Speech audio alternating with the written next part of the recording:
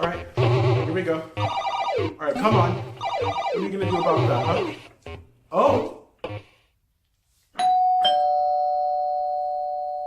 Who could that be? I wasn't really expecting anyone else.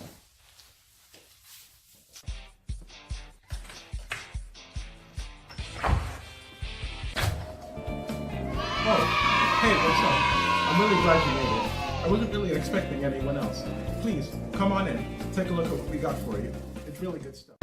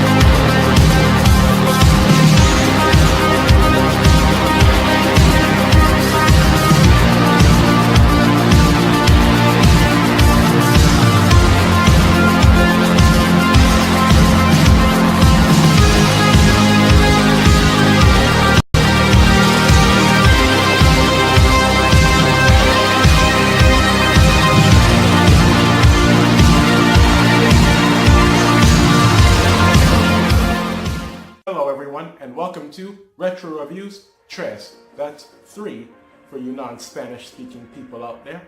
Anyways, if this is your first time with us on this channel, I want to say thank you for joining us. And we usually talk about movies, movie reviews, movie news, and yes, that's right, even retro reviews. But if this is not your first time with us, thank you for joining us again. And today we are going to talk about the 1986 cult classic B movie, Chopping Mall. It's actually a movie I've been wanting to see for years now, and doing these retro reviews finally gave me a reason to go ahead and, see this movie.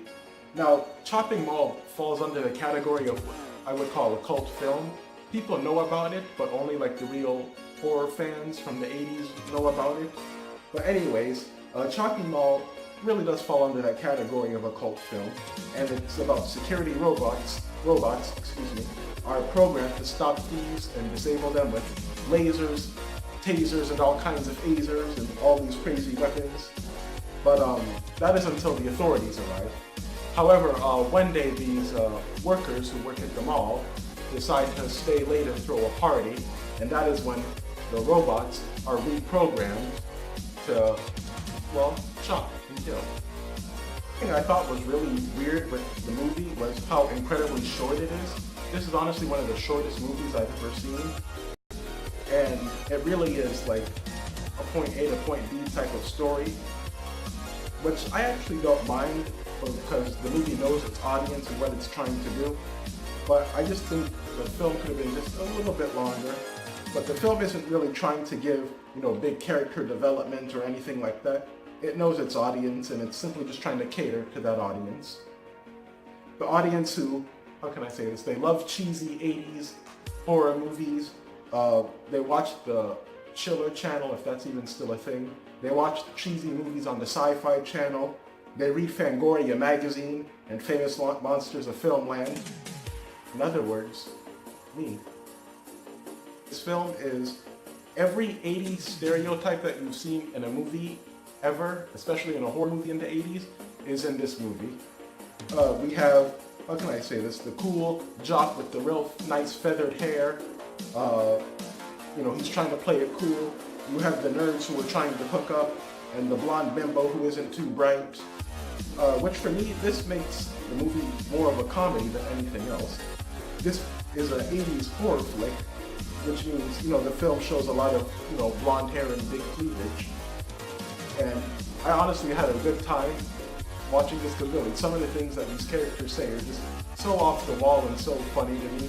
Like the blonde-haired woman I mentioned earlier, there's a scene in the movie where she literally shows that this guy her cleavage, and she refers to her nipples as pepperoni slices.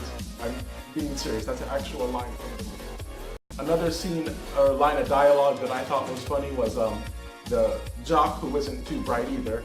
He goes up to this killer robot and he starts trying to put quarters in it, and he says, "No smokes, no soda," and he's acting like it's a vending machine, which I actually thought was pretty funny because it's clearly a robot with bad intentions.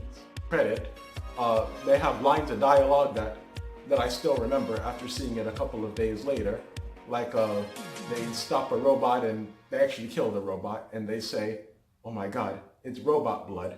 Or the part where one of the nerds in the movie says, "Oh, I know how to handle a gun. I've seen Dirty Harry 24 times. So little lines like that, in my opinion, make the movie more of a comedy than a full-blown horror movie.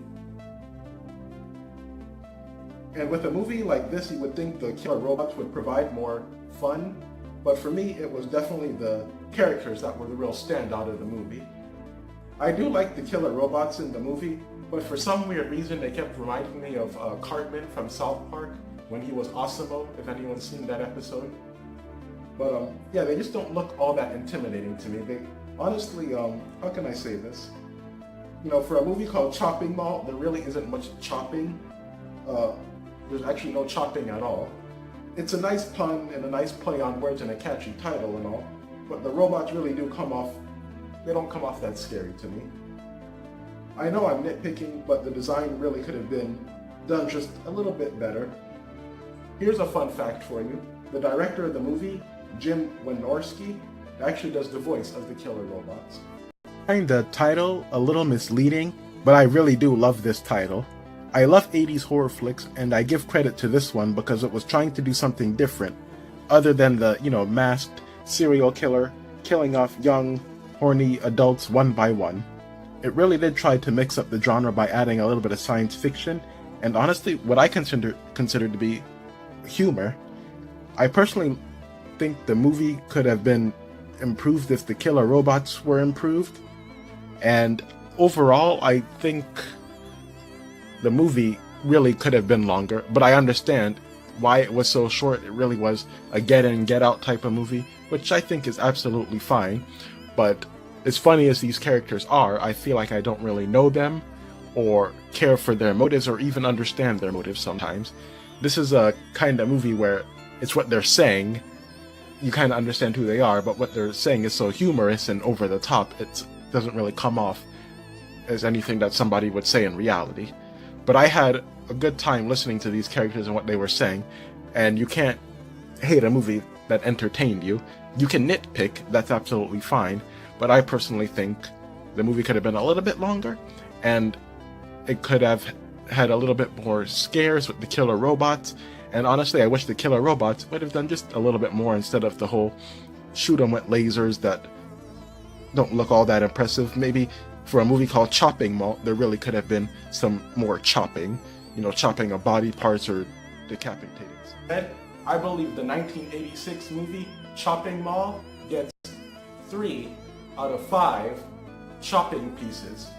You see what I did there? You like that pun? A few moments later.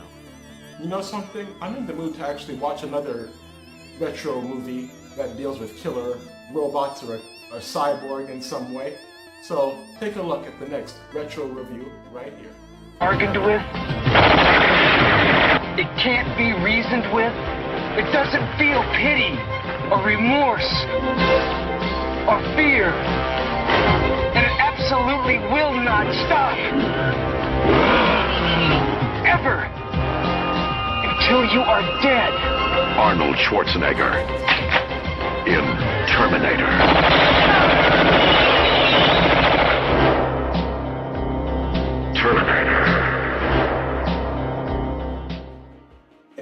Next retro review is all about you, buddy. It's all about this guy. Now, before I get back to my video game, I just wanted to take some time in this video to say, thank you, Logan, for the poster of A Clockwork Orange. I really do love the movie, the book, and the soundtrack, and it really was a nice, sweet, and thoughtful gift. I really do love it, and I think I do have a really nice place for it. And it's something I actually would frame. I'm actually looking to get it framed. I was actually thinking either a black frame or an orange frame. because it's a clockwork orange frame. You feel me? No? Anyways, I just might go with the black frame, but I do have a nice spot for it. I'm thinking next to a bookshelf or something. But really, I do appreciate it more than words could say, and thank you so much. You're a good dude, man. Thank you. Thank you all so much for watching this video. I really do appreciate it, and I really hope you enjoyed it. Until next time, I will see you in the next video. So, goodbye.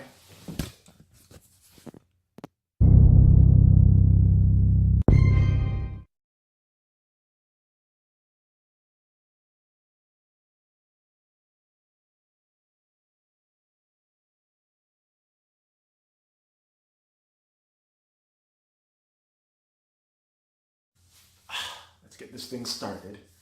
Get in the zone. Auto zone. Alright, what are you doing? Suck in your gut, Tubby. Alright, let's get this thing going.